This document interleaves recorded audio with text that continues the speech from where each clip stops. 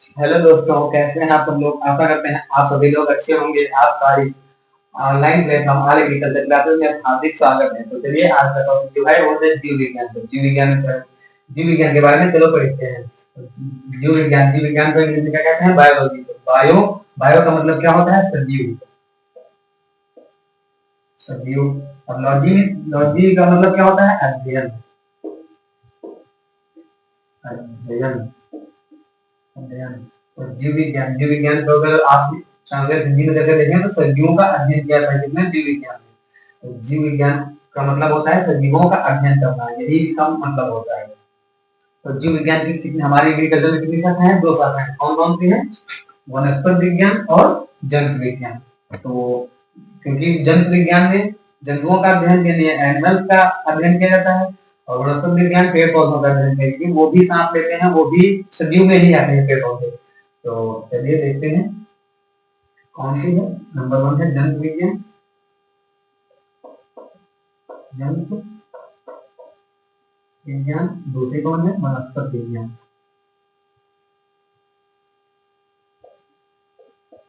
वनस्पति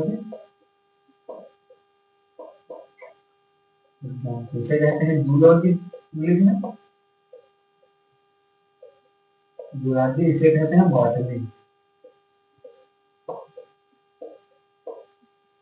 बॉटनी। तो इसका आप देखें हमारी जीव विज्ञान की दो शाखाएं कौन सी? जंतु विज्ञान, वनस्पति विज्ञान। तो चलिए देखते हैं जंतु विज्ञान। तो बहुत सा क्वेश्चन आता है कि जंतु विज्ञान के पिता कौन है, या इनका सबसे पहले अध्ययन कौन किसने किया? तो इसका अध्ययन इनके पिता या इसका अध्ययन सबसे पहले किसने किया? अरस्तु ने किया। अरस्तु। अरस्तु ने। और वनस्पति विज्ञान के पिता इनके वनस्पति विज्ञान के फादर कौन है? इनके हैं पिता यूरेस्टस। यूरेस्टस।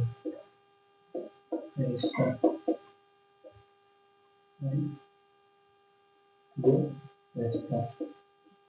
यूरेस्टस। तो अगर क्वेश्चन आ रहा था कि वनस्पति विज्ञान के पिता कौन है, तो यूरेस्टस है। और जंतु विज्ञान के पिता कौन है? अरस्तु है। तो आप समझ गए हैं ना कि जंतु विज्ञान में जंतुओं का अध्ययन किया जाता है, वनस्पति विज्ञान में पेड़ पौधों का अध्ययन किया जाता है। तो अब हम सबसे पहले क्या पढ़ेंगे? जंतु विज्ञान में, क्योंकि आज हमारा जो टॉपिक है वो है जंतु विज्ञान। तो इसको वनस्पति विज्ञान को हटा वनस्पति विज्ञान के बारे में आप लोगों ने इतनी जानकारी है कि इसके पिता कौन है, इसलिए अध्ययन किसका किया जाता है। तो आप जंतु विज्ञान पढ़ेंगे, इसलिए इसको हटा देते हैं। तो जंतु विज्ञान। जंतु विज्ञान में सबसे पहला टॉपिक जो है वो है सजीवों का। सजीव मतलब सजीव और निर्जीव में अंतर। सजीव का मतलब क्या होता है? जिसमें जान होती है, जो मतलब खाना खाते हैं या उपापचय क्रियाएं करते हैं, वो सजीव होते हैं। और निर्जीव के हम जिन्हें कोई जान नहीं, जैसे निर्जीव में क्या हो गया? कुर्सी, मेज, तखत, दीवार, ये सब निर्जीव में आते हैं। सजीव में जैसे जंतु हो गया, कोई जानवर हो गया, कोई पेड़ हो गया, कोई पौधा हो गया, ये सब सजीव में आता है, क्योंकि ये सब अपनी उपार्जित क्रियाएं करते हैं और ये पोषण करते हैं, खाना खाते हैं और ये मल त्याग भी करते हैं। तो जिनमें मतलब उपार्जयी या अपचयी क्रियाएं करने की क्षमता होती है उनमें मतलब वो सजीव होते हैं, और जिनमें ये सब करने की क्रियाएं नहीं होती हैं उन्हें निर्जीव कहते हैं। तो चलिए सजीव और निर्जीव में अंतर देखते हैं। तो सीधा लिख देते हैं इधर इस तरह सजीव, लिख देते हैं निर्जीव। निर्जीव देखने के लाइन लिख देते हैं। तो सजीव सबसे पहला पॉइंट क्या होने वाला है? सजीव। सजीव वो कहलाते हैं जिनमें जान होती है। सजीव उन्हें कहते हैं जिनमें जान होती है। पहला पॉइंट ये लिखते हैं सजीवों में, सजीवों में जान होती है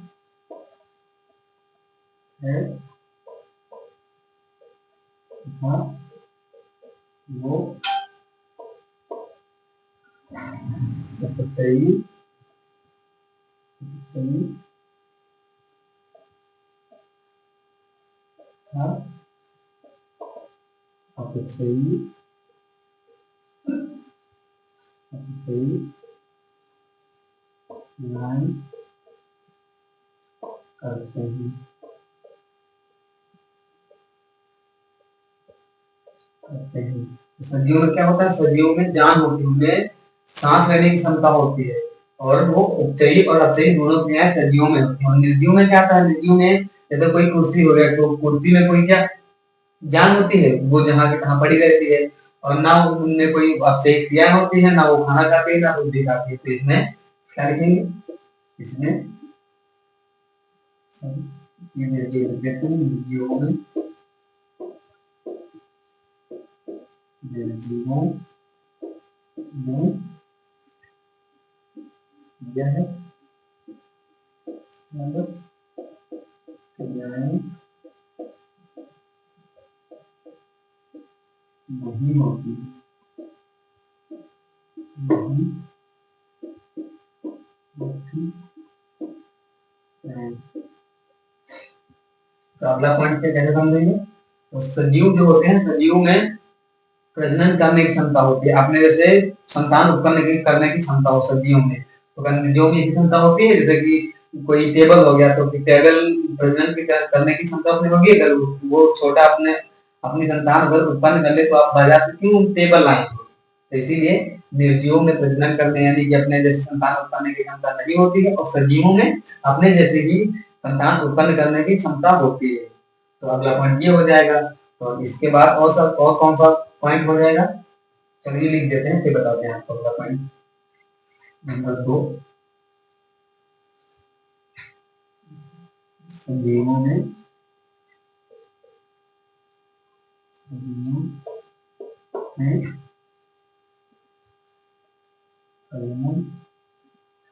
करने तथा अपने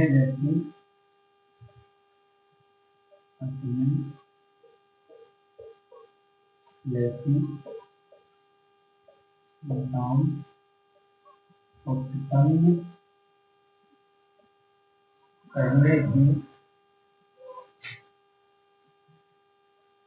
क्षमता होती है।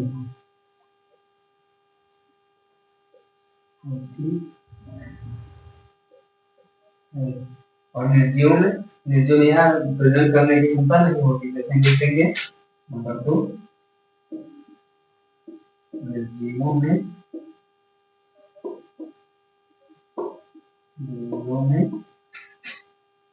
प्रजनन करने तथा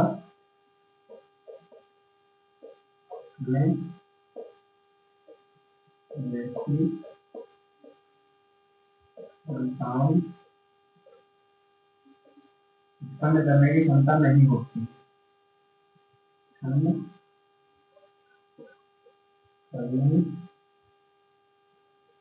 की क्षमता नहीं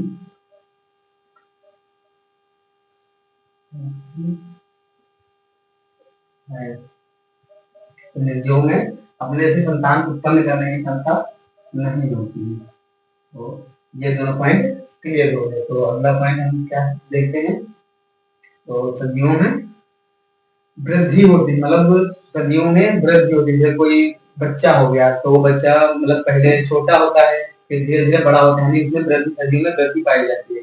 और निर्जीव में जो पत्थर का कोई पत्थर का टुकड़ा पड़ा है, तो वो तो उतना ही बड़ा रहेगा, वो ऐसा थोड़ी ना है कि वो धीरे धीरे बढ़ता रहेगा। तो वो निर्जीव है, क्योंकि वो निर्जीव इसलिए वो बढ़ नहीं रहा है। और बच्चा जो है वो सजीव है, तो वो धीरे धीरे बड़ा होता जाता है। और जो पत्थर होता है वो निर्जीव होता है, वो जहाँ तक तहाँ पड़ा रहता है, वो उतना बड़ा ही रहता है, ऐसा थोड़ी ना है कि वो बढ़ता जाता है। तो ये पॉइंट हो गया। तो चलिए पहले समझाते हैं, तो उसके बाद लिखते हैं। और क्या होता है सजीवों और निर्जीव में अंतर, तो सजीवों में प्रजनन की क्षमता होती है। जैसे देखते हैं, कोई जैसे सजीव होता है, जैसे कोई आदमी मान लीजिए, तो वो सजीव, मानो सजीव है, तो वो जब चलता है कहीं कहीं आ जा सकता है, क्योंकि वो सजीव है। और निर्जीव, जैसे मान लेते हैं कोई दीवार है, तो वो निर्जीव है, तो ऐसा थोड़ी ना है कि आ जा सकती है, तो अपने जगह पर स्थिर है, क्योंकि वो निर्जीव है। और सजीव सजीव यानी कोई मानो वो आ जा सकता है, कहीं भी आ जा सकता है। तो निर्जीव में प्रजनन की क्षमता नहीं होती है, और सजीव में प्रजनन की क्षमता पाई जाती है। तो अगला ये पॉइंट हो गया। तो और एक पॉइंट क्या होता है, वृद्धि हो गई, ये मैंने बता दिया आपको, और ये प्रचलन बता दिया। और ये दो पॉइंट लिखते हैं फिर बताते हैं आपको और क्या अंतर होते हैं।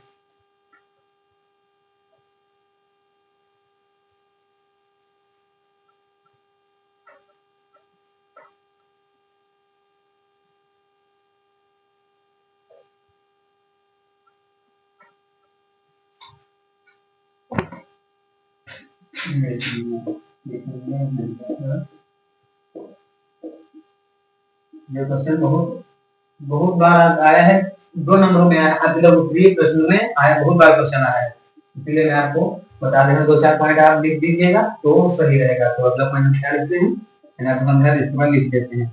इस सदियों में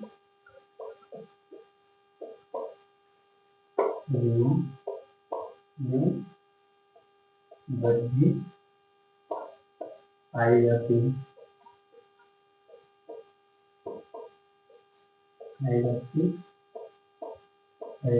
और निर्जीवों में तीसरा पॉइंट है,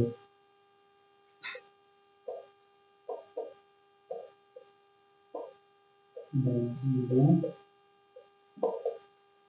में वृद्धि नहीं पाई जाती है। चौथा पॉइंट क्या बताया हमने कि सदियों में प्रजनन की क्षमता पाई जाती है, सदियों में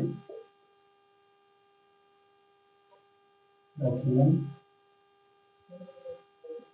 की क्षमता पाई जाती है। सदियों में प्रजनन की क्षमता पाई जाती है कि वो सजीव जो होते हैं वो एक स्थान से दूसरे स्थान पर आसानी से आ जा सकते हैं, और निर्जीव दीवार होगी तो क्या वो एक स्थान से दूसरे स्थान पर जा सकती है, नहीं जा सकती है। तो लिखेंगे निर्जीव में प्रजनन की क्षमता नहीं पाई जाती है। निर्जीवों में प्रजनन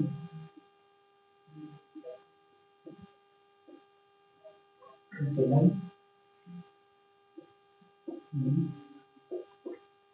क्षमता नहीं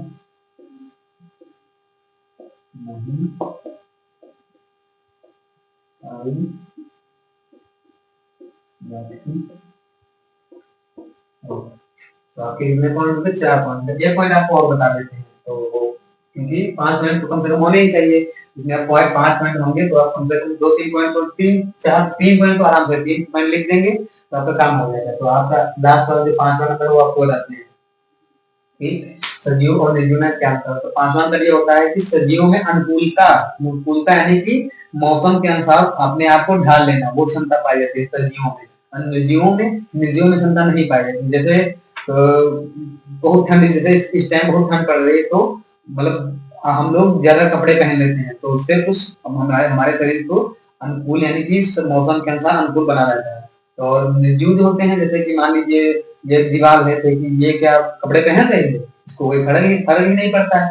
तो ये क्योंकि ये निर्जीव होते हैं, इससे इसको अनुकूलता को कोई प्रभाव नहीं पड़ता। हमारा हमारा जो शरीर है ये इस पे अनुकूलता का प्रभाव पड़ता है। तो ये मौसम के अनुसार अपने शरीर को ढाल लेने की क्षमता रखता है, क्योंकि ये सजीव होता है। और ये निर्जीव होता है तो ये मौसम को, मतलब मौसम के अनुसार अपने आप को ढाल लेने की क्षमता नहीं होती, क्योंकि ये निर्जीव होता है। समझ गए बात मेरी? तो चलिए देखते हैं, फिर से एक बार हम जाते हैं। सजीवों में अनुकूलता की क्षमता पाई जाती है और निर्जीवों में अनुकूलता की क्षमता नहीं पाई जाती।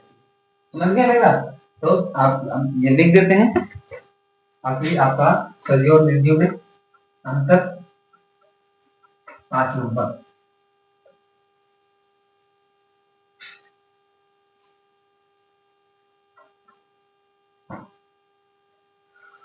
5वां नंबर आपको क्वेश्चन, सजीवों में अनुकूलता की क्षमता पाई जाती है,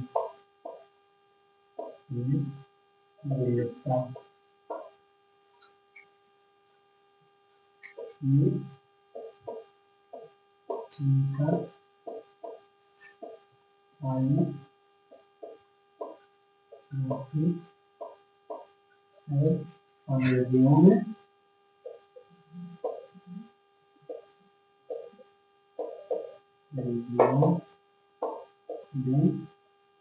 अनुकूलता है, यानी कि शरीर को मौसम के अनुसार ढाल लेने की क्षमता नहीं पाई जाती है। अनुकूलता नहीं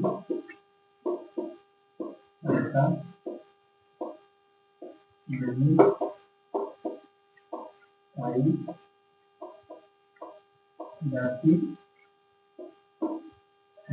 तो ये 5 पॉइंट आपके सजीव और निर्जीव में अंतर हो गया। अब इस 5 पॉइंट में आप अगर इसमें से 3 भी याद कर लेते हैं तो आपका काम हो जाएगा और आप बना के मतलब समझ लें, आप आपको याद तो हो ही जाएगा। आशा करते हैं आप लोग समझ गए होंगे। तो सजीव और निर्जीव, तो जीव का क्वेश्चन आ जाता है कि जीव विज्ञान में किसका अध्ययन किया जाता है? सजीवों का अध्ययन किया जाता है, ना कि निर्जीवों का अध्ययन किया जाता है।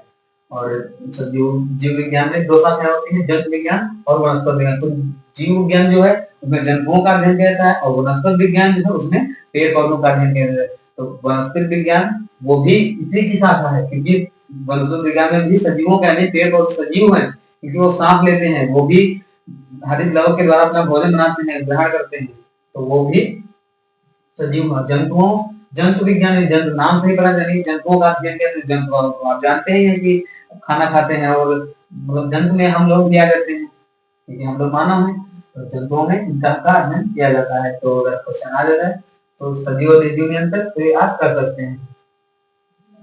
तो अब आगे आपको हम कल पढ़ाएंगे। यहीं पे मेरी क्लास खत्म होती है। अगर क्लास अच्छी लगी हो तो प्लीज लाइक और कमेंट शेयर जरूर करें।